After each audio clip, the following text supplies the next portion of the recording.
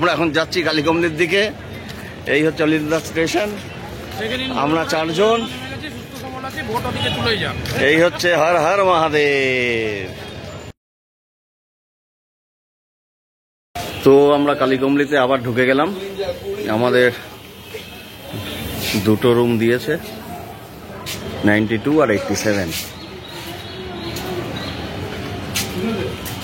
আগের বার পৌঁছতে খুব রাত হয়ে গেছিল, এবার অনেকটাই তাড়াতাড়ি পৌঁছে গেছি। এই হচ্ছে পুরো কালীকমলি ধর্মশালা হরিদ্বারের কম্পাউন্ড।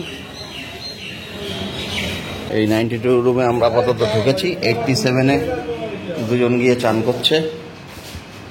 এই যেখানে একটা ফ্রিজ আছে, এখানে একটা বেড আছে, আর এই মেন রুমে 2টো বড় বেড, 3 আর 2 5, আর বাইরে 6 জনের বেডের রুম। এটা বিশাল বড় রুম, এসি রুম, 1200 টাকা ভাড়া।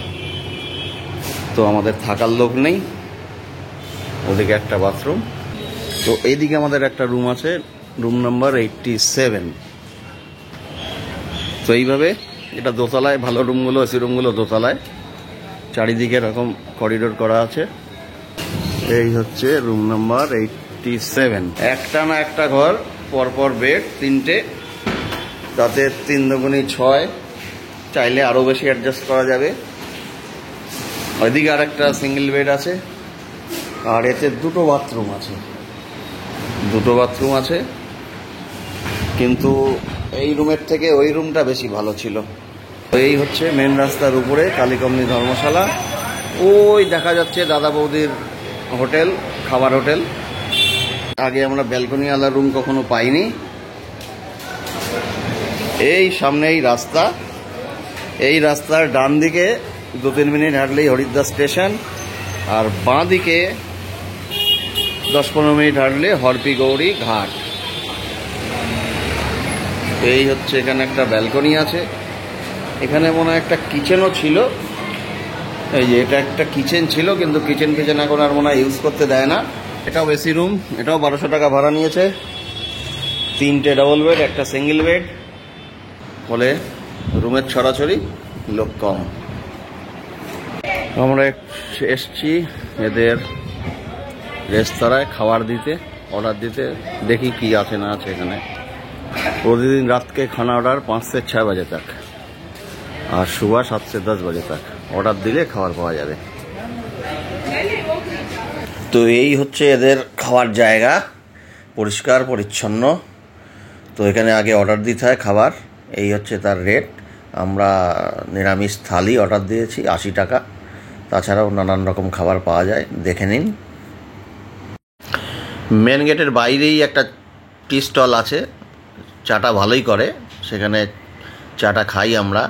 আর এই মেন গেটে লেখা থাকে মারওয়াড়ি পঞ্চায়েতি ধর্মশালা। কালীকমলি ধর্মশালাটা নিচে ছোট করে লেখা থাকে।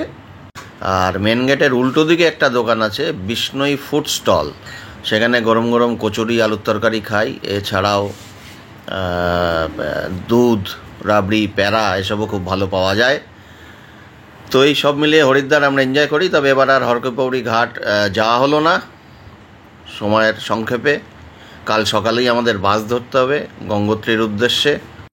তাই এবার দাদা বৌদিতে না খেয়ে ধর্মশালার ক্যান্টিনেই খেয়ে নিলাম নিরামিষ খাবার। ভাত, রুটি, ডাল, তরকারি সবই দিচ্ছে, পেট ভর্তি খাবার দিচ্ছে, পরিচ্ছন্ন নিরামিষ আহার, ভালোই লাগলো। গুড মর্নিং ফ্রেন্ডস, 26শে মে 2024 রবিবার। আমরা এখন বাস ধরবো, দেখা যাক বাস কত দূর নিয়ে যায়। উত্তরকাশী, তারপরে গঙ্গোত্রী। কোথায় পৌঁছবো ঠিক নেই, যাত্রা শুরু করে দিলাম। বাবা কালীকমলিওয়ালা ধর্মশালা সস্তা ও সুন্দর। উত্তরাখণ্ডের নানা স্থানে এদের আধুনিক যাত্রী নিবাস আছে। অনলাইন বুকিং এখনও চালু হয়নি, তাই ফ্রড ওয়েবসাইট বা ফোন নাম্বারের মাধ্যমে বুকিং করবেন না। সতর্ক না হলে ঠকে যাবেন। আমি এদের কলকাতা অফিস থেকেই বুকিং করি। ফোন করে নির্দিষ্ট দিনে গিয়ে ফর্ম ফিল আপ করে বুকিং করতে হবে। একজনের আধার কার্ড ও ক্যাশ টাকা লাগবে। একই দিনে একই ফর্মে নানা জায়গার বিভিন্ন ডেটের বুকিং করা যায়। তবে বুকিং বাতিল করে টাকা ফেরত পাওয়া যায় না। কলকাতা ও ঋষিকেশের দুটি অফিসের ফোন নাম্বার ও ঠিকানা দিয়ে দেওয়া হলো, এখানেই যোগাযোগ করবেন। হরিদ্বার স্টেশনের কাছেই এবং কালীকুমলি ধর্মশালার প্রায় উল্টো দিকে এই দাদা বৌদির হোটেলে আমরা প্রতিবারই খাই। বিশেষ করে ট্রেক থেকে ফিরে স্বাদ বদলের জন্য এর খাবারের কোনো তুলনা নেই। কিছুদিন বন্ধ থাকার পর নতুন সাজে আবার খুলে গেছে। বাঙালি নিরামিষ মিল 120 টাকা। ঘি, ভাত, বেগুনি, ডাল, আলু পোস্ত, এঁচোড়, চাটনি, পাঁপড় ইত্যাদি সহযোগে সুস্বাদু আহার। তবে এবার দেখলাম অন্য খাবারও পাওয়া যাচ্ছে। তো আপনারা হরিদ্বারে আসলে নিশ্চিন্তে এখানে খেতে আসতে পারেন। ধন্যবাদ।